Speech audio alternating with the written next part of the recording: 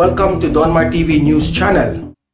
Okay, magandang umaga po sa inyong lahat. It's 11 o'clock in the morning here in the Philippines at ang pag-usapan natin ngayon guys ay tungkol nga dito sa, alam naman natin yung oil spill, no? Halos na ibinalita ito ng mainstream media na halos isang buwan na, no?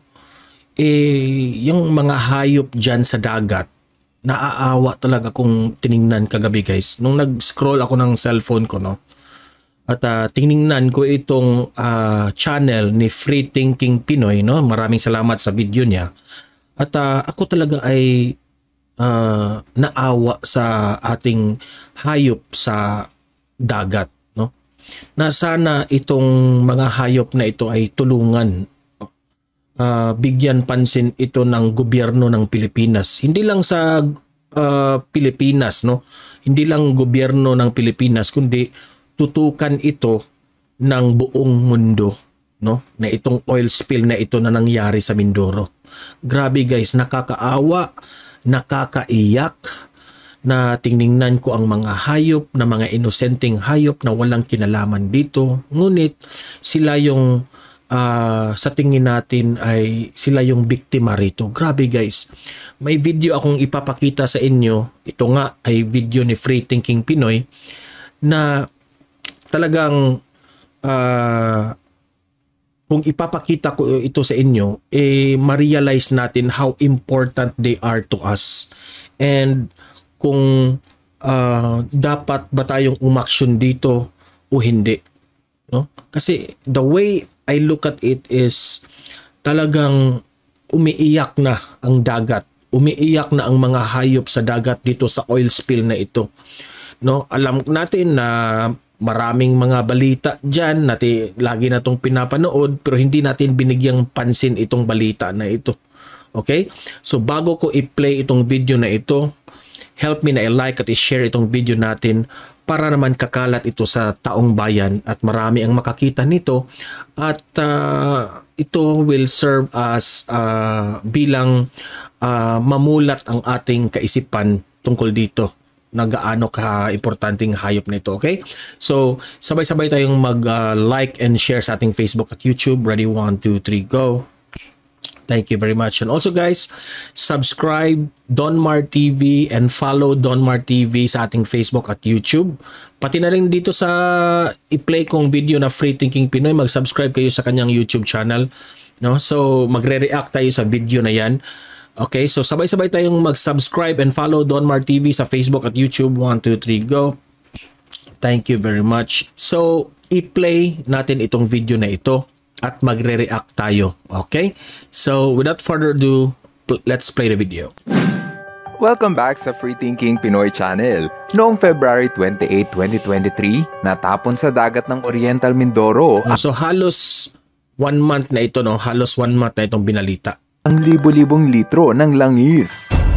Patuloy na lumalawak ang oil spill mula sa lumubog na MT Princess Empress sa Oriental Mindoro.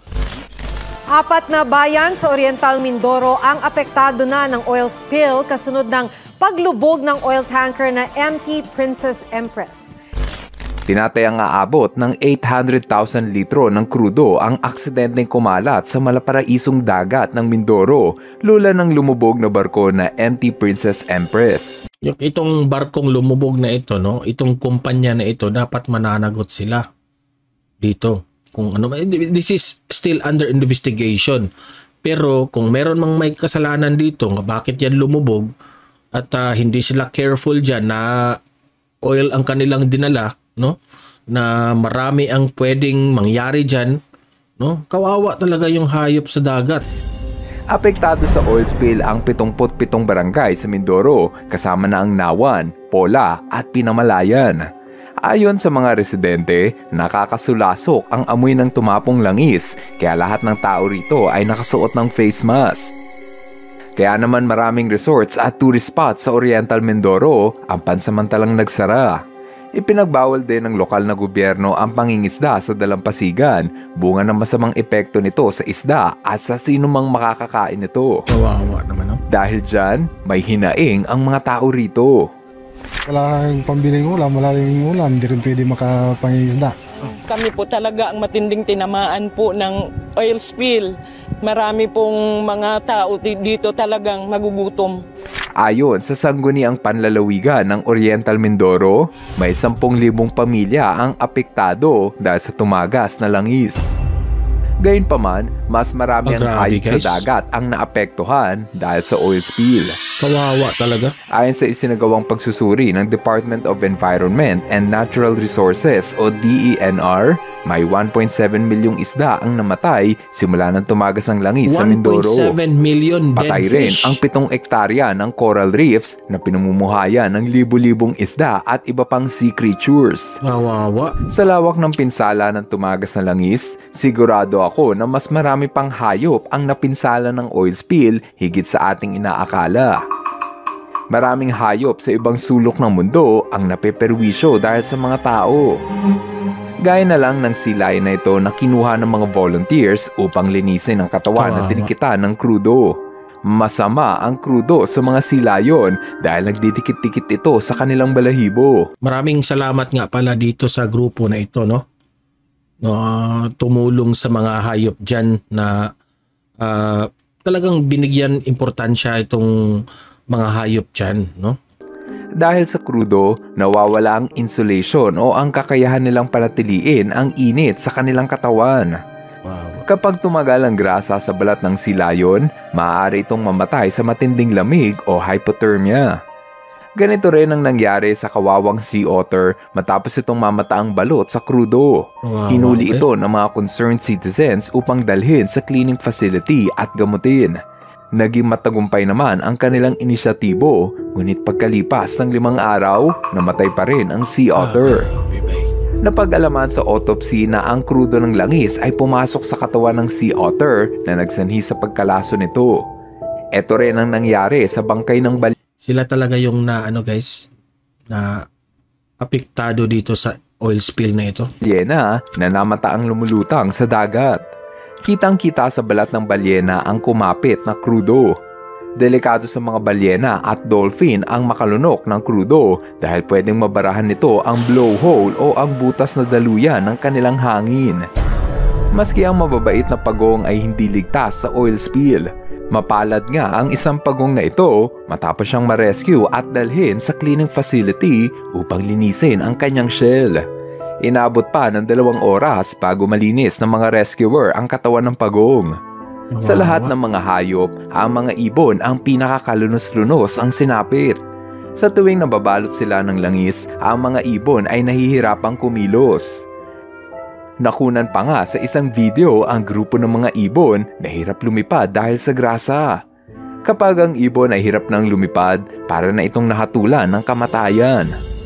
Ito ang kinahinatnan ng bibe na may malaking sugat sa leeg matapos itong atakihin ng pating dahil hindi na ito makalipad. Dahil dyan, puspusan ng mga rescuer upang linisin ang bawat hayop na apektado ng oil spill. Ang mga ibon ay dinadala sa isang pasilidad kung saan mas maayos silang mahuhugasan at mapapaliguan.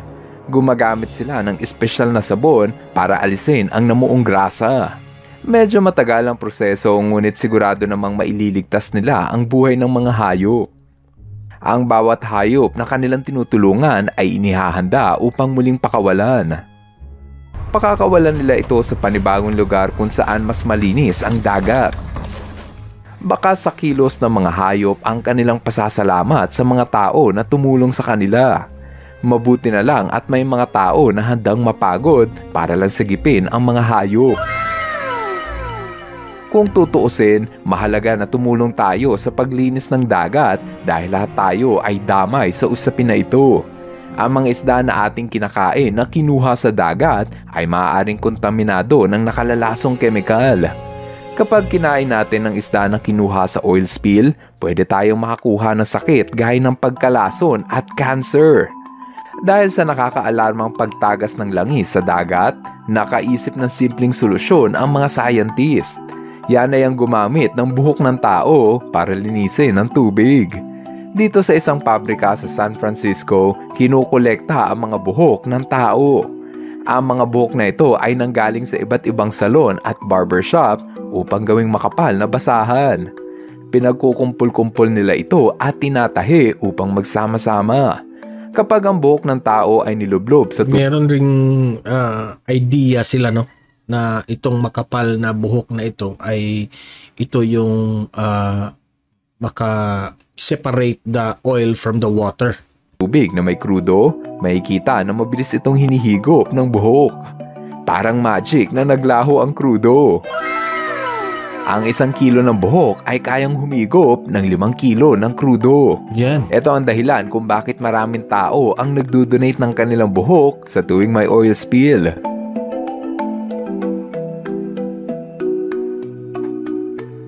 Dito sa Pilipinas, hindi gumagamit ang ating gobyerno ng buhok ng tao dahil wala tayong pabrika na gumagawa ng ganitong produkto.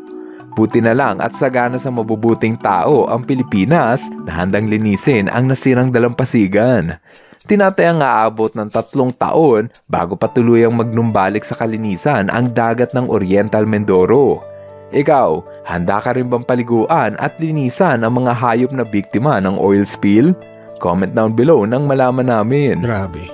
Kung nag-enjoy ka naman sa ating episode, So, ayan, no? So, ipinakita dito ng channel ng Free Thinking Pinoy how important na magtulungan tayo dito sa oil spill ng Mindoro. Ako, kung nandyan lang sana ako dun, isa na ako dyan sa mga tumutulong na paliguan yung mga hayop na nakababad sa oils, no? So, guys, sana naman sa susunod itong mga barko natin na nagdadala ng mga oils, no, na mga oil na i-transport ng ibang island, dapat mag-ingat tayo, no, kasi yung ating mga hayop sa dagat, sila yung mga nabibiktima rito. At hindi lang sila, no? Pwedeng tayong humans also will be affected. Why? Because kapag kinakain natin itong mga contaminated na mga isda, pwede rin tayong magkasakit dyan, no? Mag-create ng mga bagong viruses na hindi natin alam na yan na naman ang kagaya ng COVID-19, okay? 'Di ba? So, mag-occur ang mga bagong sakit. No? So, hindi natin alam kung ano ang epekto nito in the long run, no? Sa ngayon, sana bigyan ito ng pansin, bigyan ito ng full attention ng ating gobyerno sa Pilipinas. At hihingi na rin tayo ng tulong sa ibang bansa sa mga eksperto tungkol dito, no? So, kawawang-kawawa itong ating mga hayop sa karagatan as you can see kanina, di ba? So, kayong mga audience ko dito, libre kayong mag-comment, mag-react tungkol sa issue na ito, tungkol sa sinapit ng mga hayop na ito. Okay? Comment down below, you give your suggestions, babasahin natin yan lahat, okay? So, sana man na mabigyan ito ng solusyon, and this will end na kasi nahihirapan na ang ating hayop dyan sa dagat. Okay? So guys, like and share this video para kakalat ito sa taong bayan. Subscribe, follow Donmar TV para lagi kayong updated sa balita na kagaya nito. Okay? So guys, see you in my next video. Have a great day sa inyong lahat and God bless.